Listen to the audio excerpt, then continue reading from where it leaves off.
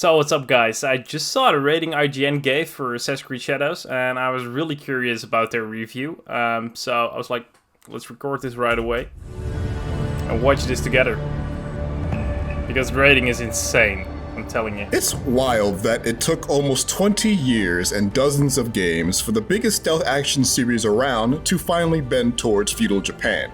Assassin's Creed Shadows makes the most of that theme, with a great pair of shinobi and samurai heroes sharing center stage that are fun to skulk through giant castles or wade into vicious battles with.